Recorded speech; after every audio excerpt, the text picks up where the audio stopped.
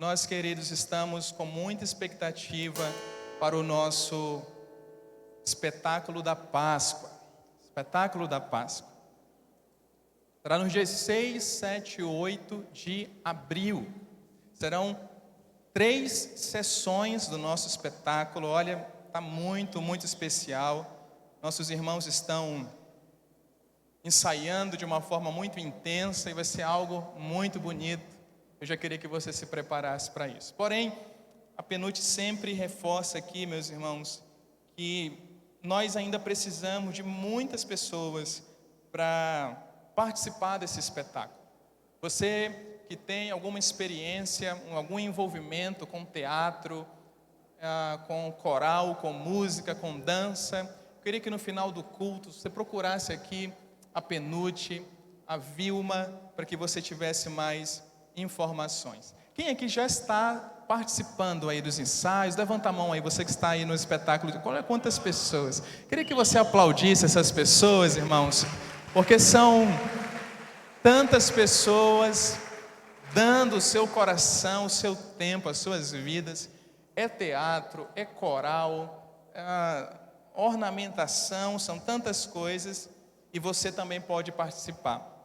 Aqui o recado que me passaram, hoje é a última chamada para você que deseja participar do nosso espetáculo de Páscoa. Eu falei Natal? Já estamos olhando para o Natal. Então, essa é a nossa última chamada, tá bom? A cantina vai funcionar aqui no final, é isso mesmo?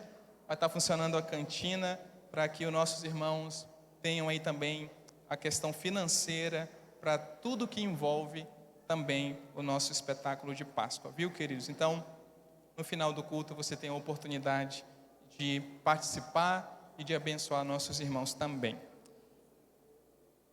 Meus irmãos, eu gostaria de meditar a palavra do Senhor hoje com um tema remanescente fiel. Você pode repetir comigo? Remanescente fiel. Diga para quem está ao seu lado, remanescente fiel. Para quem está do outro lado, remanescente fiel. Remanescente fiel. Nesses dias o Senhor tem sinalizado a respeito dessa que é uma temática tão importante para os nossos dias. Nós olhamos para o Antigo Testamento, queridos, e vislumbramos muitos profetas falando sobre essa temática. Da importância de entender e de termos remanescentes nos nossos dias. Na língua portuguesa, remanescente é aquilo que sobra. Remanescente é aquilo que fica por último. Sabe aquela bolacha que você come, aquela última bolacha do pacote, ela é a bolacha remanescente. Remanescente é aquilo que fica por último, é aquilo que resta, é aquilo que passou tudo e o último se tornou um remanescente. Isso segundo a nossa linguagem, na língua portuguesa. Porém, queridos, na Bíblia, a palavra de Deus, tanto no Antigo quanto no Novo Testamento, remanescente tem uma outra perspectiva, um outro contexto, um outro conceito. Remanescente é quem sobrou de uma catástrofe. Repare bem a diferença, porque na língua portuguesa, remanescente é qualquer coisa que sobra, qualquer coisa. Mas na Bíblia, remanescente é aquilo ou aquele que sobrou, que restou, que sobreviveu depois de uma catástrofe. Depois de algo muito difícil, seja algo natural, por exemplo, teve agora um terremoto na Turquia. Quem sobreviveu ali, segundo a Bíblia, foi um remanescente, porque sobreviveu de uma catástrofe. Na Bíblia nós encontramos alguns exemplos, por exemplo, Noé e sua família.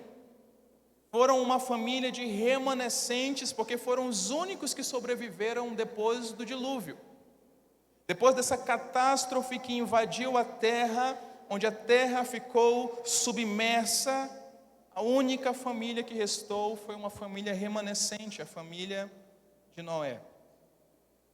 Apesar de ser uma história controversa, mas Ló também é um tipo de remanescente.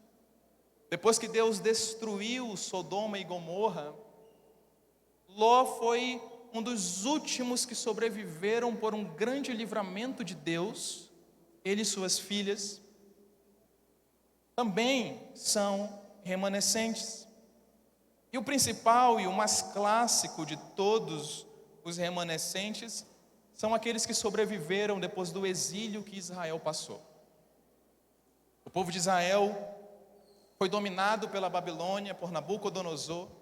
Viveram 70 anos longe de Jerusalém, 70 anos no cativeiro, 70 anos como escravos, 70 anos longe de suas casas, perderam tudo. Depois de 70 anos, quando eles regressam para Jerusalém, aqueles que regressaram, a Bíblia os chama de remanescentes. Todos aqueles que sobrevivem depois de um processo difícil, todos aqueles que sobrevivem diante de uma frieza espiritual. Muitos de nós já tivemos uma frieza espiritual, mas existe um universo de pessoas que tiveram uma frieza espiritual, abandonaram a família da fé, abandonaram a presença de Deus e não conseguiram voltar. Estão longe do Senhor. Mas aqueles que conseguem retornar, esses são remanescentes. Por exemplo, durante 2 anos, nós tivemos uma das experiências mais ruins da vida. Eu não sei se a próxima geração vai passar, mas a nossa passou, que foi a pandemia. Durante 2 anos, praticamente, ficamos em nossas casas, trabalhávamos de uma forma muito difícil. A igreja abria, a igreja fechava, muitos ficaram no online e estão lá até hoje. E muitos deixaram de frequentar o corpo, a família da fé, e eles não retornaram. Desistiram. Quem conseguiu retornar, segundo a Bíblia, depois dessa catástrofe mundial, é um remanescente. Se você ficou preso na sua casa, como eu fiquei também, e você voltou para a casa de Deus, você é um remanescente. Tem remanescente aqui essa noite? Deus nos deu graça. Deus nos deu a graça. Mas eu queria mostrar uma perspectiva de remanescente ainda mais profunda. Você pode abrir a sua Bíblia comigo, Romanos capítulo 11, a partir do verso 1. Romanos capítulo 11, a partir do verso 1, diz assim: Paulo dizendo: então eu pergunto, será que Deus rejeitou o seu povo? De modo nenhum. Porque eu também sou israelita, da descendência de Abraão, da tribo de Benjamim. Deus não rejeitou o seu povo, a quem de antemão conheceu. Ou vocês não sabem o que a Escritura diz a respeito de Elias, como pediu com insistência diante de Deus contra Israel, dizendo: Senhor, mataram os teus profetas, derrubaram os teus altares. Sou o único que sobrou e procuram tirar-me a vida. Mas qual foi a resposta divina? Foi esta: reservei para mim 7.000 homens que não dobraram os joelhos diante de Baal. Assim também nos dias de hoje sobrevive um remanescente segundo a eleição da graça. E se é pela graça, já não é pelas obras. Do contrário, a graça já não é graça. Feche seus olhos, ore comigo. Pai, obrigado pelo imenso privilégio que temos de meditar na Tua palavra. de entender os teus propósitos. E o nosso pedido essa noite é: fala conosco, Senhor. Venha nos ensinar, venha nos exortar, venha nos mostrar o caminho do Senhor, e que de maneira personalizada o teu Espírito toque cada coração aqui esta noite. E que as tuas direções, que a tua palavra seja rema ao nosso interior. Que a tua palavra produza vida em cada um de nós, porque nós necessitamos ouvir a tua voz. Como o salmista pediu, e assim também nós pedimos essa noite: aviva-nos e invocaremos o nome do Senhor. Portanto, nós necessitamos ouvir a tua voz, no nome de Jesus. Amém e amém. Você pode dizer amém? Eu queria trazer aos irmãos uma reflexão muito simples a respeito da perspectiva de Paulo sobre o que é ser um remanescente. Paulo, ele enfatiza que Deus não rompeu com os judeus. Você pode ler mais uma vez comigo o verso 1 e 2 do capítulo 11. Então eu pergunto: será que Deus rejeitou o seu povo? Paulo vai dizer: de modo nenhum. Porque eu também sou israelita, da descendência de Abraão, da tribo de Benjamim. Verso 2: Deus não rejeitou o seu povo. Aqui Paulo está trazendo, queridos, um esclarecimento, porque quando nós olhamos o Antigo Testamento, nós vemos um Deus criador, e que cria o homem à sua imagem e semelhança, mas esse homem se afasta de Deus, ele vai para longe de Deus. E Deus, em busca desse homem perdido, Deus, em busca de restaurar esse homem perdido e pecador, ele levanta um povo, ele levanta uma nação, para que por meio dessa nação, as nações da terra pudessem conhecer a ele. E a nação que Deus levanta, a nação que Deus escolhe, é a nação de Israel. Israel servia como uma atração ao mundo. Israel tinha a presença de Deus, e essa presença atraía as nações da terra. E quando os homens, as nações, as cidades passavam por Israel, eles passavam a ter conhecimento de Deus. E em toda a história da narrativa bíblica do Antigo Testamento, nós vemos Deus com um relacionamento muito profundo com Israel. Deus vai dizer que Israel é seu filho. Deus vai dizer que Israel é sua esposa. Deus vai dizer que Israel me traiu. Nós tínhamos uma aliança de tão profundo, essa simbiose entre Deus e Israel. Mas quando nós olhamos no Novo Testamento, a impressão que se dá é que Deus deixou Israel de lado e agora ele quer saber apenas da igreja. Ele abandonou Israel, ele não tem mais pacto com Israel. Mas não é essa a realidade da história. Paulo, de forma enfática, ele diz: então eu pergunto, será que Deus rejeitou o seu povo? E no verso 1 ele diz: de modo nenhum. E o primeiro exemplo que ele dá é ele mesmo, porque ele diz: eu sou israelita, da descendência de Abraão, da tribo de Benjamim. Paulo está dizendo que ele é um judeu, ele é um israelita, e o fato dele servir a Cristo mostra que Deus não abandonou Israel. Não abandonou. Nós precisamos entender que agora o que Paulo está trazendo é que a igreja, nessa nova aliança em Cristo, se tornou um único povo de Deus. Agora, se os judeus querem a presença de Deus, eles precisam se tornar igreja, como nós somos igreja também. Mas Deus não rejeitou o seu povo. Paulo, sendo judeu, se tornou um cristão, para provar que Deus não rejeitou Israel, mas o pacto pela nova aliança permanece. Ele vai trazer o exemplo de Elias, e nós lemos aqui o texto. Paulo vai trazer aos israelitas a lembrança de que Elias achava que estava só, e ele orava a Deus: Deus, essa crise terrível, Baal tomou conta de Israel. Aquela mulher, a Jezabel, está atrás de mim, ela quer me matar e eu estou sozinho, eu quero morrer, eu estou sofrendo. Não tem ninguém, não sobrou ninguém.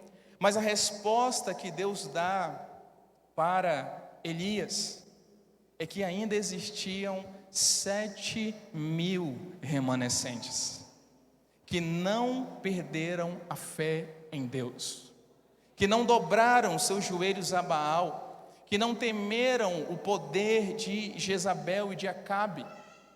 Por que Paulo traz esse exemplo? Porque muitos judeus se sentiam sozinhos na fé. Muitos eram rejeitados pela família porque agora eram cristãos. O próprio Paulo tinha esse sentimento de um homem sozinho. Mas quando ele traz a lembrança de que existiam 7.000, que assim como Elias não dobraram seus joelhos, mas eram remanescentes, isso trazia conforto e alegria ao coração de Paulo e ao coração daquela igreja que ali estava em Roma. Queridos, nós muitas vezes nos sentimos sós. Parece que nós temos uma visão e ninguém entende a nossa visão. Quantos estão inseridos numa família onde só ele é cristão, só ela é cristã e ninguém entende a sua fé? E ninguém entende o que está acontecendo com você. Paulo se sentia dessa mesma forma, mas ele traz essa lembrança de que remanescentes existem e de que nós não estamos sozinhos. Eu queria dizer, você não está sozinho na sua fé. Você não está sozinho na sua casa, você não está sozinho no seu casamento, não. Como você, existem muitas outras pessoas que estão passando pelo mesmo dilema. Pedro, ele tem uma palavra muito profunda, ele diz assim: lembrai-vos de que existem pessoas passando por dificuldades maiores do que a sua. Eu não sei qual é a sua dificuldade aqui essa noite, mas existem pessoas que estão sofrendo mais do que você. Isso pode confortar o nosso coração, porque Deus está tendo misericórdia de nossas vidas, cuidando de nós e fazendo de nós verdadeiros remanescentes nesse tempo. E eu queria trazer, irmãos, algumas características de um remanescente fiel. Um remanescente fiel. No capítulo 11, o verso 5, vai dizer assim, leia comigo, capítulo 11, o verso 5. Assim também, nos dias de hoje, sobrevive um remanescente. Vamos ler juntos esse trecho? No 3, 1, 2, 3. Assim também um remanescente. A primeira coisa que eu queria frisar aqui, irmãos, o primeiro ponto. Assim também nos dias de hoje.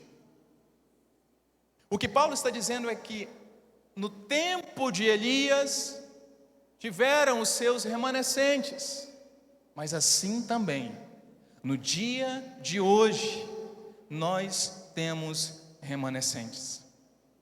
Nós temos aqueles que se tornam remanescentes segundo a eleição que sobrevive, um remanescente segundo a eleição da graça de Deus.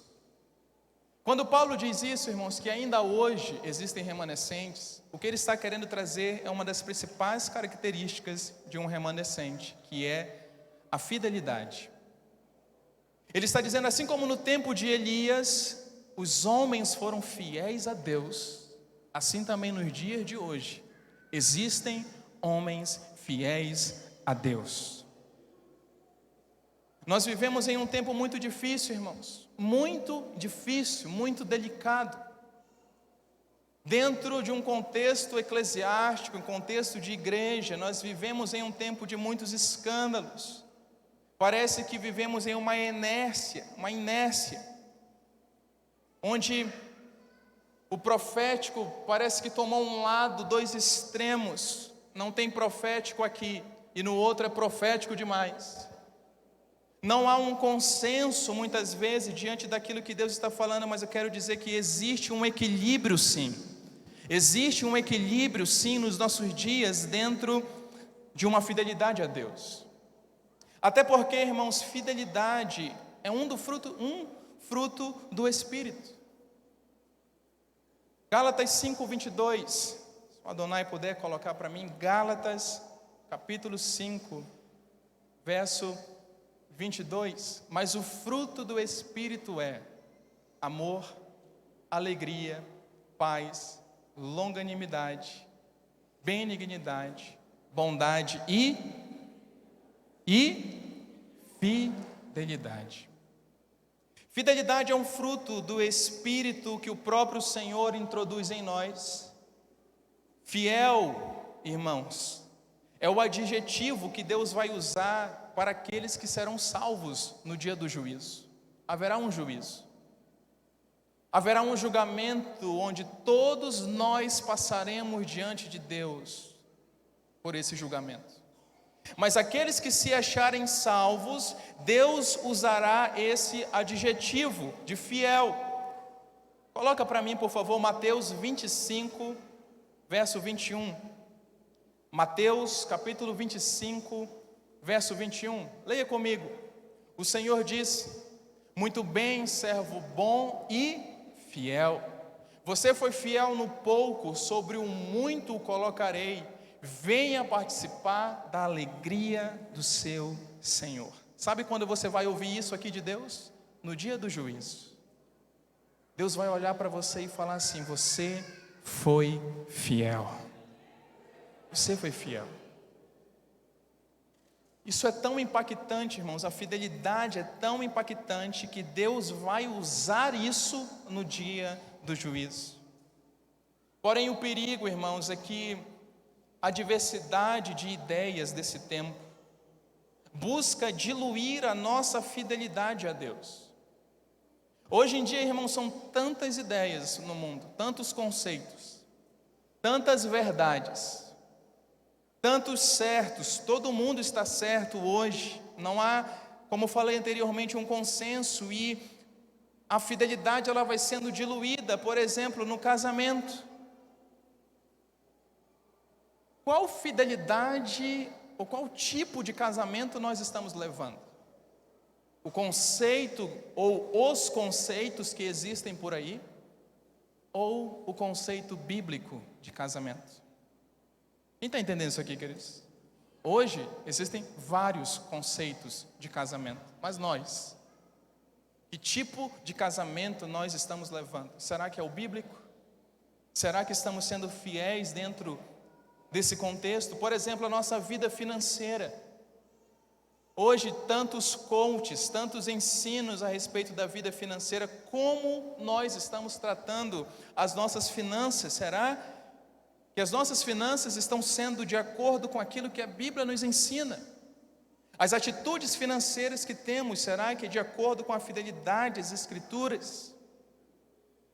Criação de filhos, aí é um campo minado também.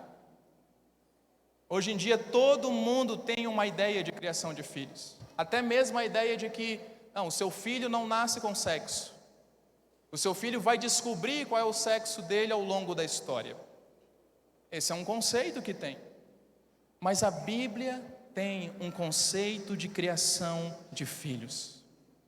E será que estamos sendo fiéis a esse conceito? Irmãos, precisamos olhar os nossos relacionamentos, relacionamento interpessoal, relacionamento com o nosso próximo. Existe uma perspectiva de fidelidade nos relacionamentos. Como tem sido o nosso relacionamento com as pessoas que convivemos? Será que eu me aproximo de alguém porque eu vi algo naquela pessoa e eu quero me aproveitar daquilo? Ou seja, qual é a minha motivação ao me aproximar de alguém, ao querer interagir com alguém? a querer conhecer alguém. Qual a minha motivação? A Bíblia nos ensina como são os relacionamentos. E será que estamos sendo fiéis a isso? Porque Jesus, irmãos, nos chama para uma fidelidade extrema. Extrema. Nesses dias também existem tantos conceitos de igreja. Muitas pessoas chegam, não, essa mentalidade de igreja da Lagoinha está errado, isso não pode. O meu conceito de igreja é que é verdadeiro. Mas vem cá, vamos sentar e ver qual é o conceito bíblico de igreja? O que é que a Bíblia fala a respeito da eclesiologia da igreja? Porque, irmãos, não é o que surge na nossa mentalidade. Como é o meu casamento, a minha vida financeira, a criação de filhos, o relacionamento com o próximo, isso não pode brotar simplesmente daquilo que eu penso, o que eu acho, mas o que a Escritura diz. Eu preciso ser fiel ao que a Escritura diz. Eu preciso ser fiel ao que a palavra diz, eu preciso entender o que a palavra diz, e Jesus nos chama para uma fidelidade extrema, porque não existe remanescentes sem fidelidade. Apocalipse capítulo 2, verso 10, eu queria que você lesse esse texto comigo. Apocalipse capítulo 2, o verso 10, vamos lá, diz assim: não tenha medo das coisas que você vai sofrer. Eis que o diabo está para lançar alguns de vocês na prisão, para que vocês sejam postos à prova, e passem por uma tribulação de 10 dias. Olha como ele vai dizer no final: seja fiel até a morte, e eu lhe darei a coroa da vida. Vamos ler juntos esse final? Seja...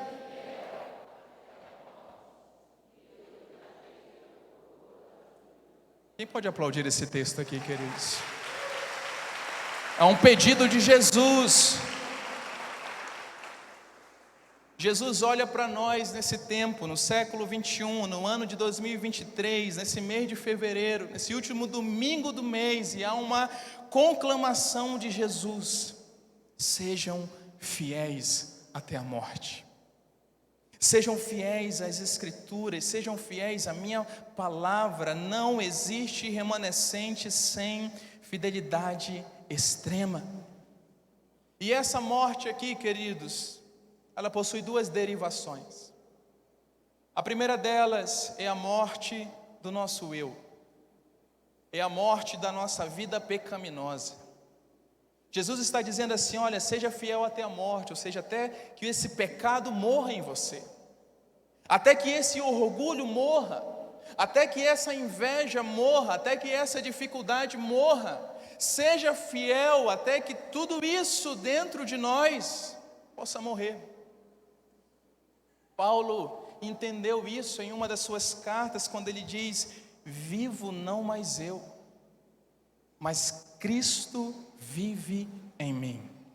O que ele está dizendo? Eu morri para mim mesmo, eu morri para o meu ego, eu morri para tudo aquilo que eu achava que eu era, porque a minha morte trouxe a vida de Cristo em mim.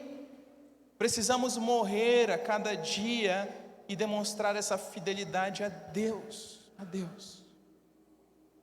E é óbvio também, irmãos, a fidelidade até a morte física mesmo. Nós não sabemos se o nosso Senhor vai voltar hoje, amanhã ou daqui a 100 anos. Mas independente disso, a nossa fidelidade precisa permanecer. Diga para você mesmo, repita bem alto: a minha fidelidade precisa permanecer. Precisamos disso. Não existe remanescente sem fidelidade. Aquele que é remanescente, ele entende que o mérito não é dele, mas a graça vem de Deus. Leia comigo o verso 5 de Romanos 11, o final. Romanos capítulo 11, verso 5. Assim também nos dias de hoje sobrevive um remanescente segundo a eleição da graça. Queridos, muitas vezes nós achamos que a nossa fidelidade, ela depende única e exclusivamente de nós, mas não depende. A nossa fidelidade, ela depende de uma rendição. Quando você se rende ao plano de Deus, quando você se rende à vontade soberana de Deus para a sua vida, o texto mostra no final aqui, verso 5, segundo a eleição da graça.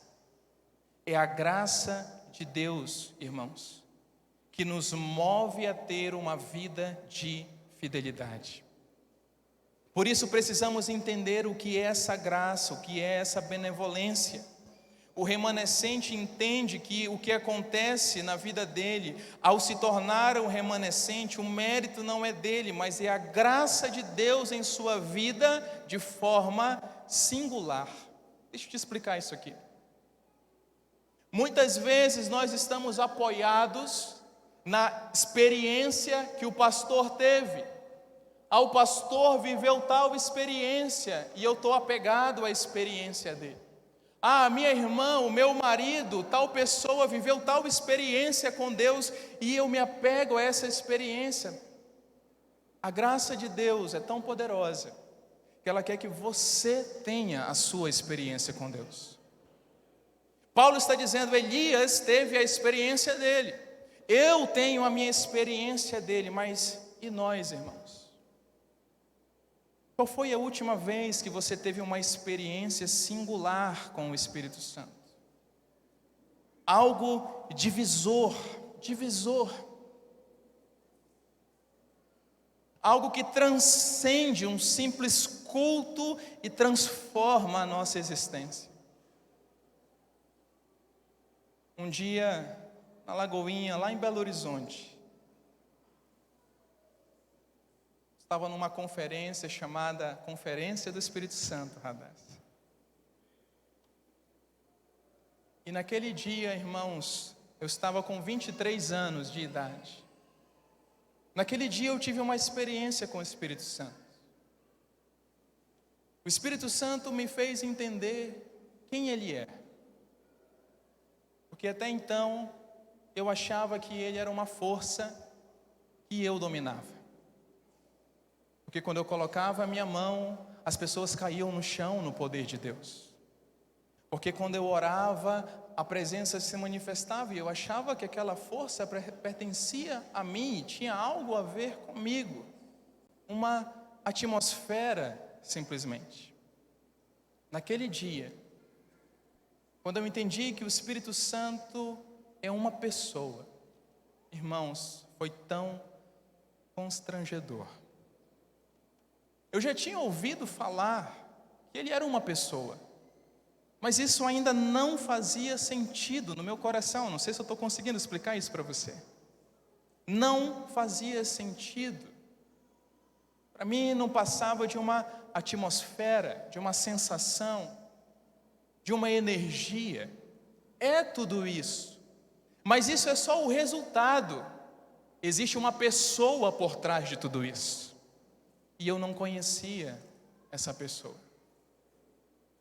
Eu lembro que eu cheguei em casa, irmãos, tão triste. Era de quinta para sexta, sexta-feira era feriado, vinha o sábado e o domingo. Quinta-feira à noite eu entrei no meu quarto, eu só sabia chorar. Eu chorei sexta o dia inteiro, eu chorei a madrugada de sexta para sábado, eu chorei sábado o dia inteiro, eu chorei a madrugada de sábado para domingo, eu chorei domingo o dia inteiro, eu não saí do meu quarto, eu não comi, eu só chorava. Arrependido porque eu usava o Espírito Santo. Mas aquela experiência transformou radicalmente o meu entendimento de quem Ele é, do Evangelho, da Palavra de Deus. Na segunda-feira eu acordei, irmãos, um outro homem, uma outra mentalidade. O reino de Deus havia me consumido, havia me colocado para dentro. Mas deixa eu te falar, essa é a minha experiência. A minha pergunta é, qual é a sua? Qual é a sua experiência? Porque a graça de Deus, o mover de Deus, os remanescentes de Deus, eles buscam algo diferente de Deus. Eu não sei se você está contente com o cristianismo que você está vivendo. Eu nunca estou com o meu. Eu sempre quero mais, eu sempre quero mais, eu sempre quero ouvir mais, eu quero entender mais, eu quero buscar mais. Quem está entendendo isso aqui? Quem está comigo aqui? Precisamos ter esse entendimento de que o mover, a graça de Deus é algo singular. Apesar de que uma atmosfera pode alcançar todo o corpo, mas a experiência, ela é sua. Diante disso, queridos, nada resta a não ser nos render ao desejo de Deus para a nossa vida. Não nos resta mais nada quando nós entendemos que há um plano perfeito de Deus para cada um de nós. Elias teve a experiência dele, Paulo teve a experiência dele, e eu tive a minha experiência dele. Os remanescentes de Deus,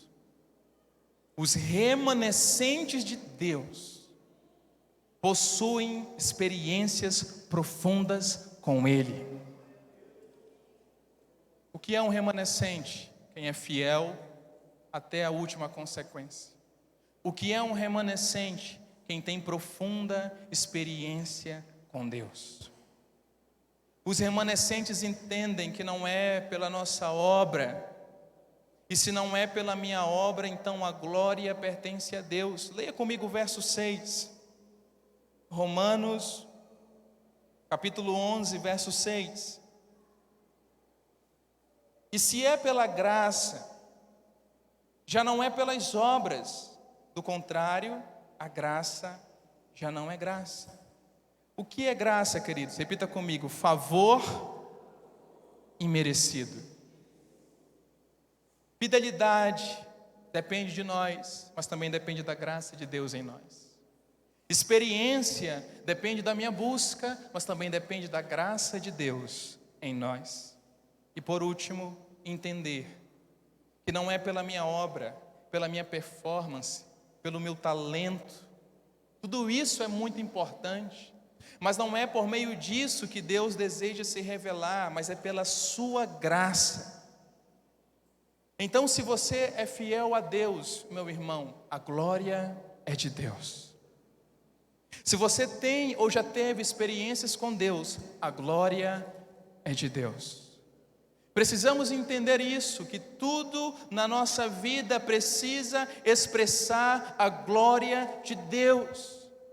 Aquilo que você fez e fez sucesso, deu certo, a glória é de Deus, porque não é nosso mérito, não é simplesmente pela nossa obra, mas pela vontade, a misericórdia e a graça de Deus que nos alcança.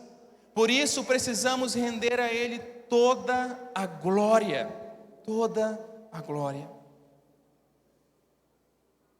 Que é um remanescente, que é fiel a Deus, o que tem experiências profundas com Deus, e aquele que dá a Deus toda a glória.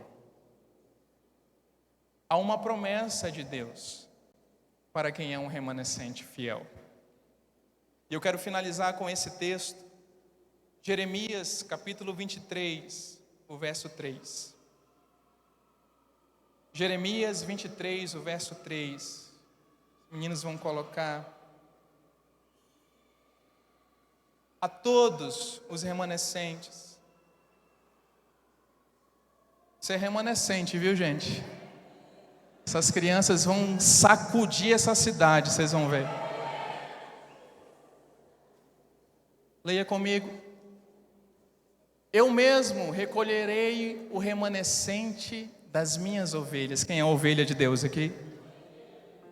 De todas as terras para onde as tiver dispersado, e as farei voltar aos seus apriscos.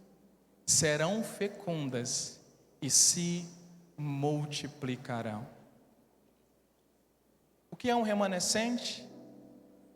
O que é fiel a Deus, o que tem experiências profundas com Deus, e o que devolve a Deus toda a glória. Esse possui essa promessa: ser fecundo e multiplicação. Sobre a sua vida repousa a promessa de uma fecundação. Sobre a sua vida repousa a promessa da multiplicação. Agora eu pergunto: o que precisa ser fecundado na sua vida? O que precisa ser multiplicado na sua vida? Você quer que essa promessa alcance você? Quem deseja isso? Seja um remanescente. Seja um remanescente. Esses dias, queridos, tão difíceis.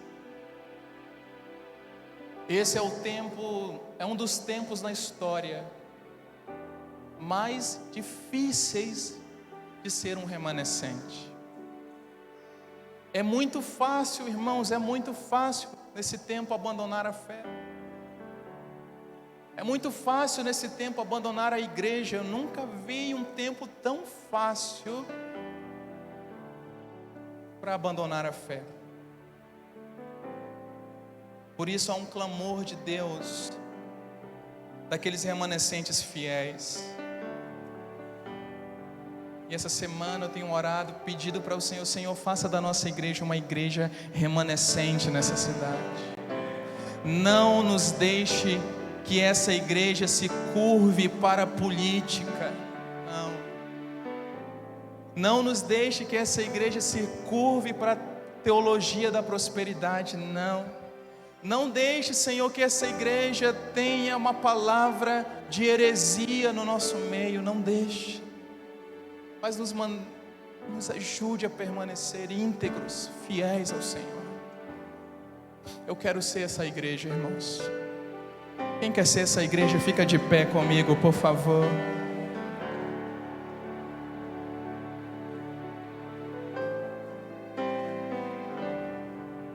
Feche seus olhos. Coloque a sua mão no seu coração.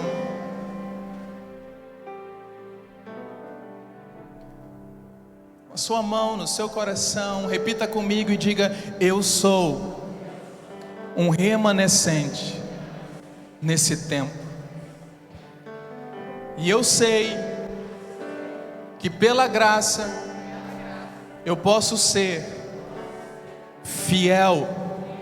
Eu posso ter experiências profundas com o Espírito Santo. E eu darei a Deus toda a glória, todo o reconhecimento, todo louvor, toda exaltação pertence a Ele. Diga: Senhor, nos ajuda a sermos uma igreja de remanescentes fiéis ao Senhor. Você pode aplaudir a Jesus. Aleluia, aleluia. Queria que você recebesse com muita fé essa ministração musical em nome de Jesus.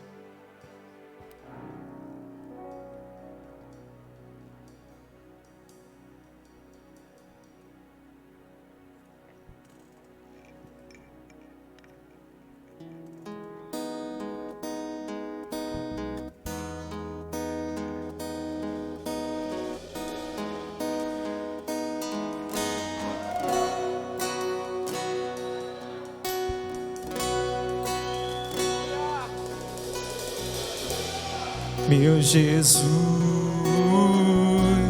Salvador, outro igual não há. Todos os dias eu quero louvar as maravilhas de teu amor.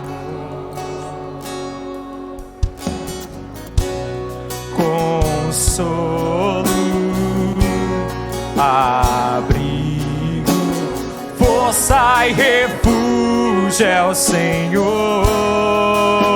Com todo o meu ser com tudo que sou, sempre te adorarei.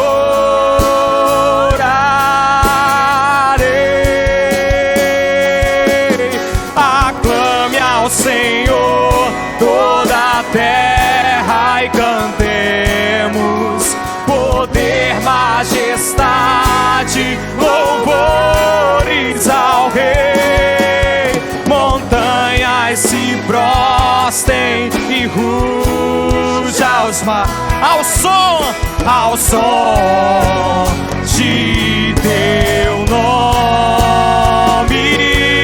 Alegre te louvo por teus grandes feitos, firmado estarei, sempre te amarei.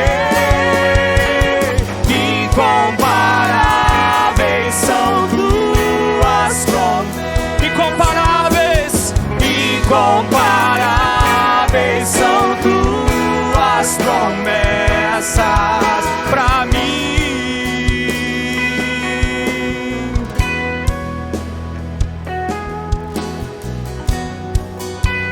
Sim, Senhor,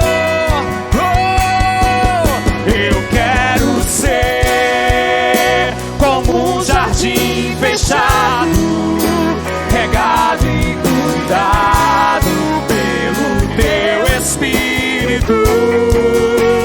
Flua em mim como um manancial do meu interior, com águas vivas,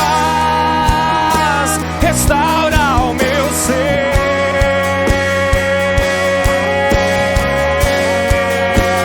Para o teu louvor, eu quero ser como um jardim fechado, regado e cuidado pelo teu Espírito. Flua em mim como um manancial do meu interior, com águas vivas, restaura o meu ser.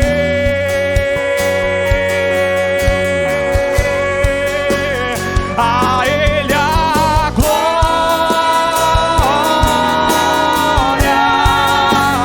a Ele a glória, a Ele a glória, pra sempre, amém, pra sempre, amém, pra sempre. A Ele a glória,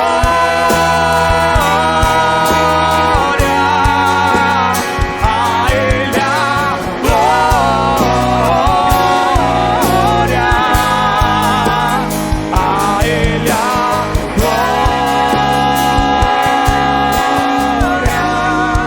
pra sempre, amém.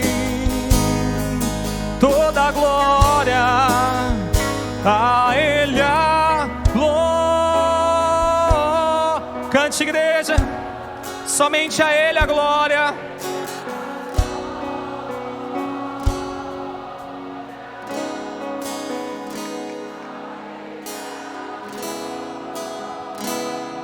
Toda a glória, pra sempre, amém. Porque dele, por ele, para ele são todas. Sim, somente pra ele, pra ele, pra ele. Porque dele, por ele, para ele são todas as coisas. Com intensidade declare: porque dele, porque dele, por ele, para ele são todas as coisas. Porque dele, por ele, para ele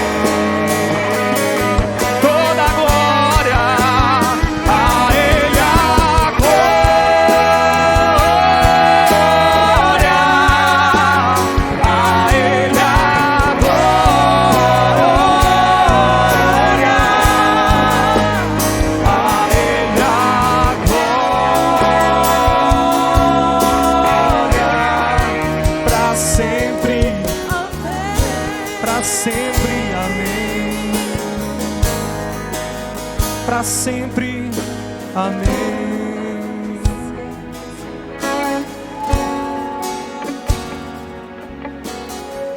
Vamos, como um lindo coral, com as vozes da igreja, declarar mais uma vez a glória do Rei da Glória. Aleluia.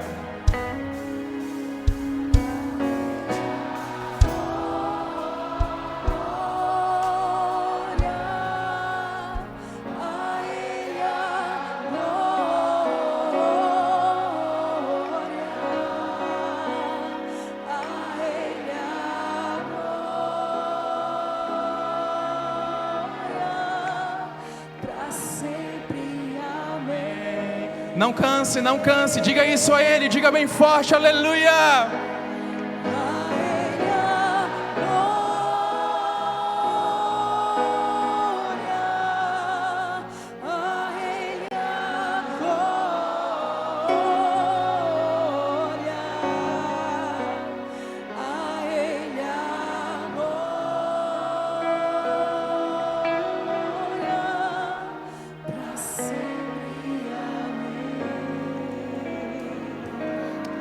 Jesus, aleluia. Diga palavras de adoração a Ele no seu lugar. Levante a sua voz e diga palavras de adoração a Ele nesse lugar. Vamos encher esse lugar de adoração com as nossas vozes. Encha os seus pulmões e declare a sua mais profunda adoração a Ele.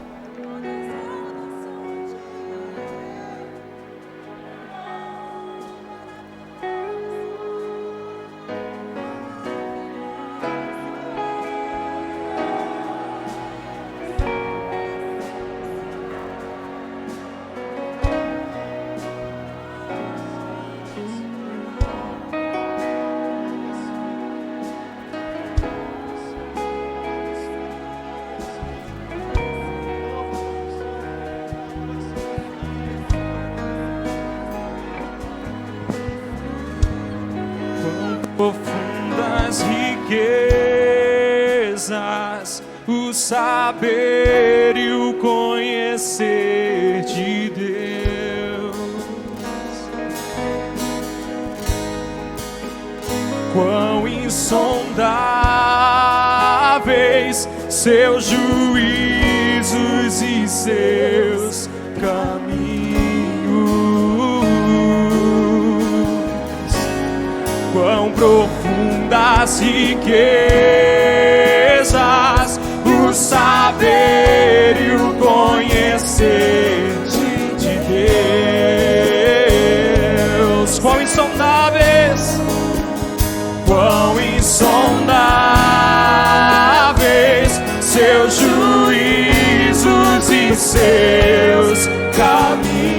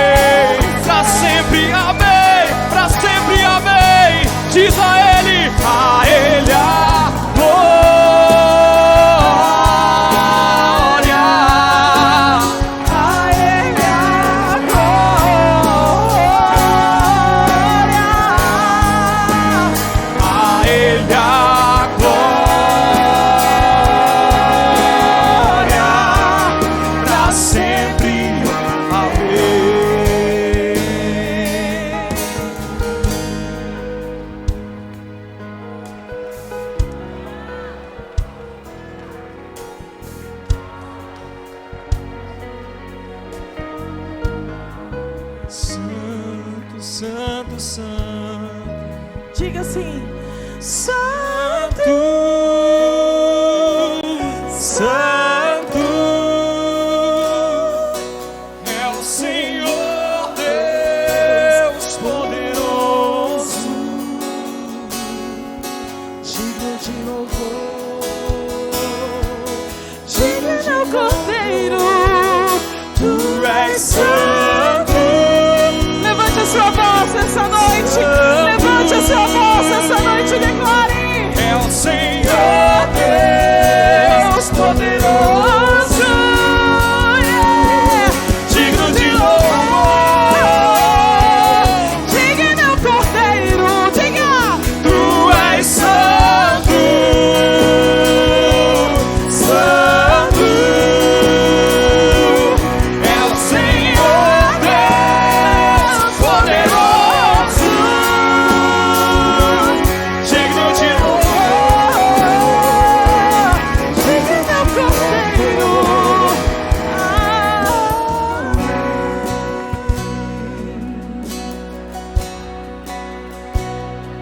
Espírito de Deus. Aleluia. Diga isso. Não tenha pressa de sair da presença dEle. Não tenha pressa de sair da presença dEle. Poderoso é o Senhor nosso Deus.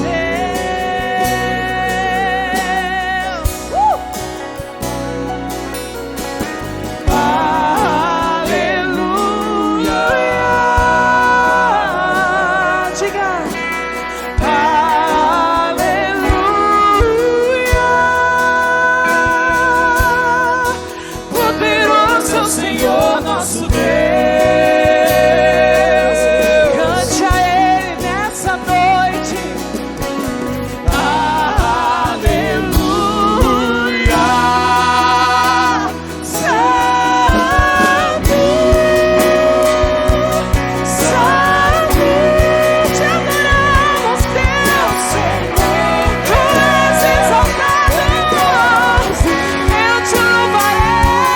digno de louvor, De eternidade, eternidade. digno meu Cordeiro, tu és santo,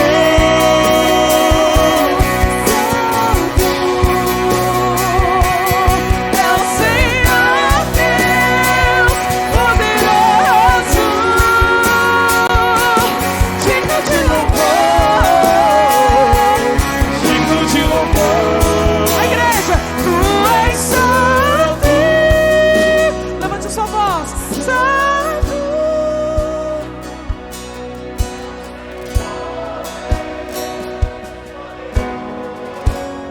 Levante a sua voz. Hey, yeah, hey, yeah. Tu és santo, diga: tu és santo. Ele está presente nessa noite. Remanescentes cantam, remanescentes louvam essa noite para declarar a tua glória, a tua fidelidade, a tua glória. Diga: tu és santo, Santo, santo, meu Senhor Deus poderoso, digno de louvor, digno Cordeiro.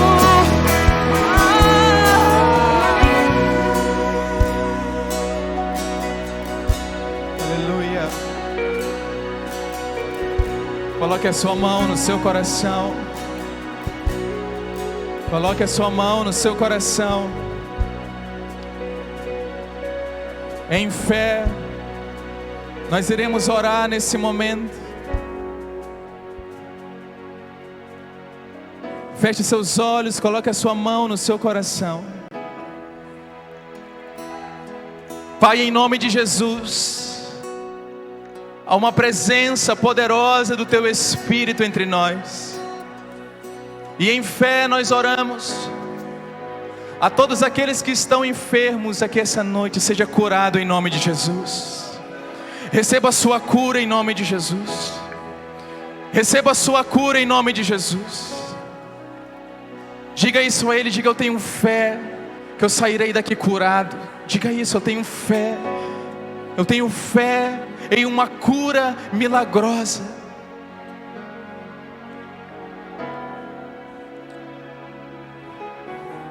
Ó Deus, libera as visões daquele, Senhor, onde o Senhor irá mostrar aquilo que é espiritual. Libera visões essa noite, Senhor. Libera visões essa noite.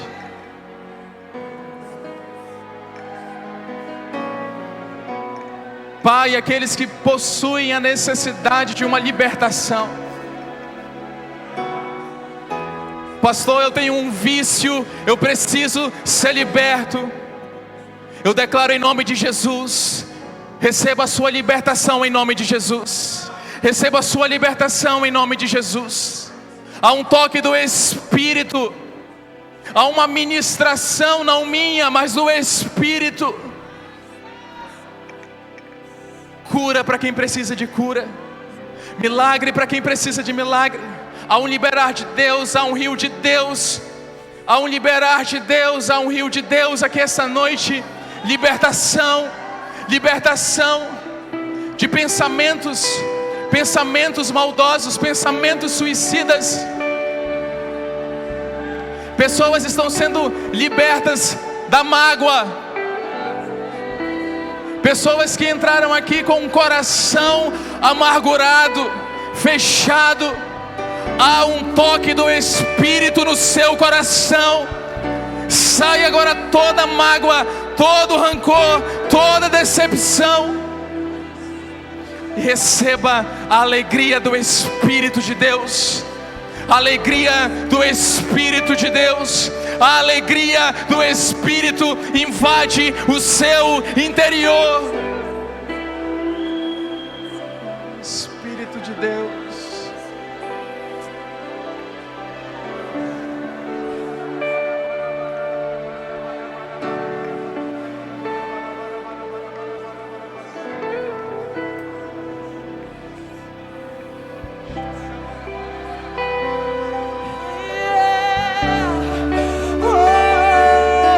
Você louva, os mistérios de Deus acontecem nessa noite. Eu poderia estar em qualquer outro lugar, mas tua glória me atraiu, tua presença me atraiu. Tentei me esconder, com medo de não viver, mas tua glória me atraiu, tua presença me atraiu. É que a sarça pegou fogo e não se consumiu, e a voz que saiu dela um dia me atraiu, e o meu coração queimou até que descobriu que o dia com tua glória vale mais que mil.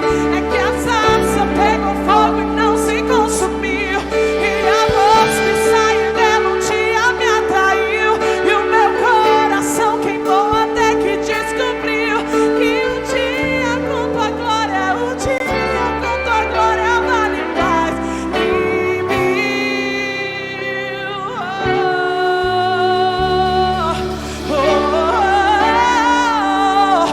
O fogo do Senhor não se queima, ele não se apaga. Eu poderia estar, levante a sua voz, em qualquer outro lugar, mas tua glória me atraiu, tua presença me atraiu, Deus. Tentei me esconder, com medo de não viver, mas tua glória me atraiu, tua presença me atraiu, Deus. Diga! É que a sarça pegou fogo e não se consumiu,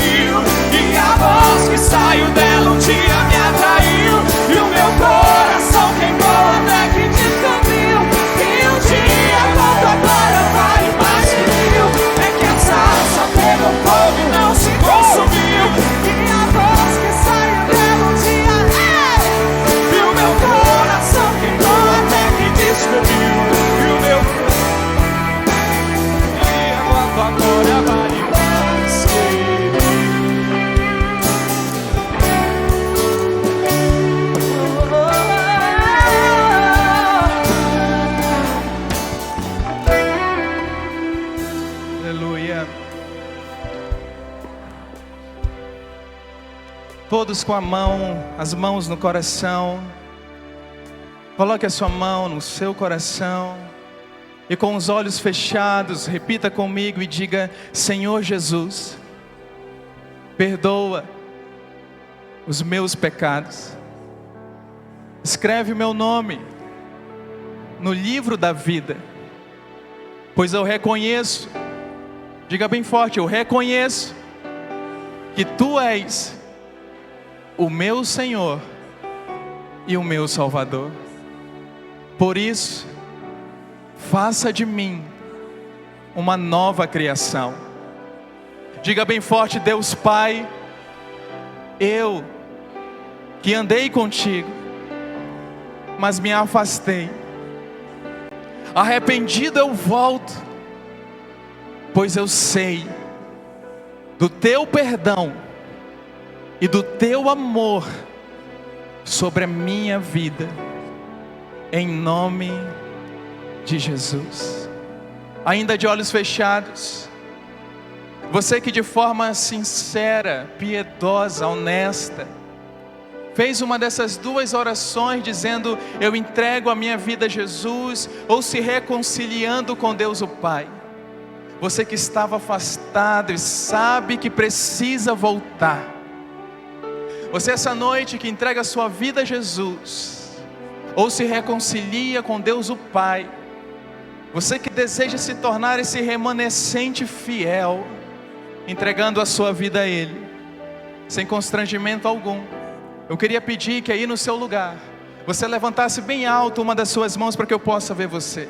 Levante bem alto, você que entrega a sua vida a Jesus, você que se reconcilia com Deus o Pai. Levante bem alto a sua mão. Tem uma mulher aqui à minha esquerda. Quem mais? Bem alto, levante bem alto a sua mão. Você que diz sim para Jesus essa noite.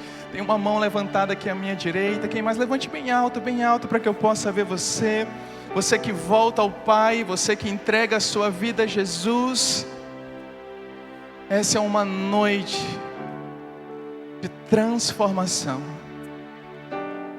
Transformação. Você que levantou a sua mão sem constrangimento algum, eu queria que você pegasse aí os seus pertences e viesse aqui à frente, porque nós queremos orar especificamente por você. Queremos fazer uma oração por você, toda a igreja. Pega aí seus pertences, vem aqui à frente. Nós vamos aplaudir bem forte. Vamos aplaudir. Aqui também, pode vir. Deus te abençoe. Quem sabe você não levantou a sua mão, mas você sabe que o seu lugar é aqui à frente. Pode vir, nós vamos aguardar você para termos esse momento tão especial. Vamos aplaudir. Seja bem-vindo. Aleluia. Mais alguém para viver esse novo começo, essa nova história? Pode vir, pode correr aqui, nós queremos orar por você. Eu não quero terminar esse momento aqui sem orar por você. Tem mais alguém? Levante a sua mão, corre aqui na frente. Tem mais pessoas vindo aqui, pode aplaudir. Aleluia.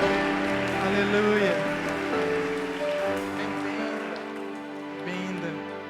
Nós vamos orar. Vocês que estão aqui à frente, um novo começo para a vida de vocês inicia hoje.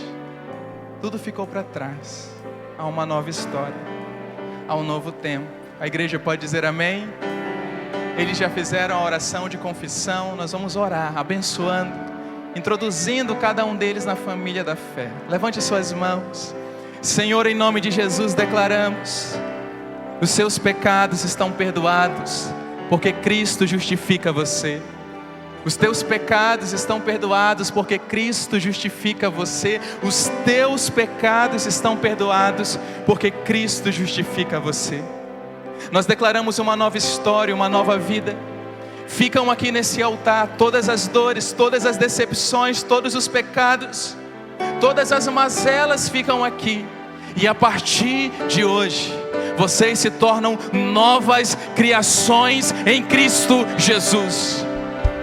E pela fé, nós, como igreja, introduzimos cada um de vocês na família da fé, a igreja de Jesus. porque cremos que nesse momento o Espírito Santo passa a morar em você. O Espírito Santo passa a morar em você. O Espírito Santo passa a morar em você. E uma nova história se inicia no nome de Jesus. Olhem aqui para mim. Vocês vão olhar para trás e conhecer essa família tão preciosa que recebe vocês. Pode virar, pode virar, pode virar, pode virar. Aleluia! Oh, pode aplaudir, igreja. Pode aplaudir bem forte, pode aplaudir bem forte, pode aplaudir.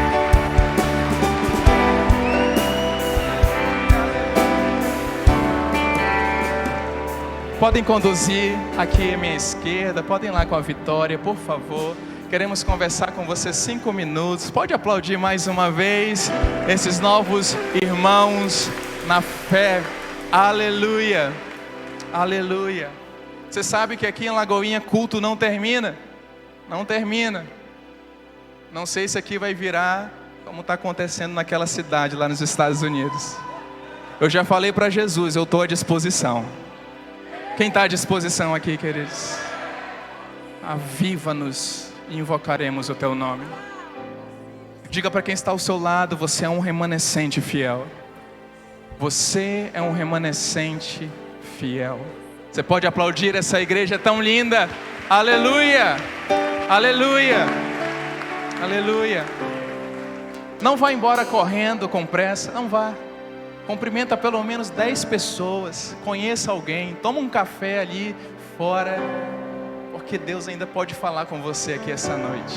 Levanta uma das suas mãos. Domingo que vem aguardo você 18 horas. Não venha sozinho, venha com a sua família para experimentar o que Deus tem derramado aqui nesse lugar. Você pode dizer amém?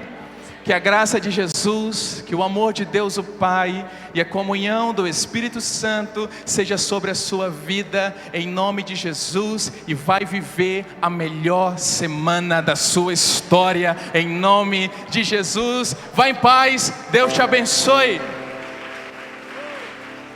Atraído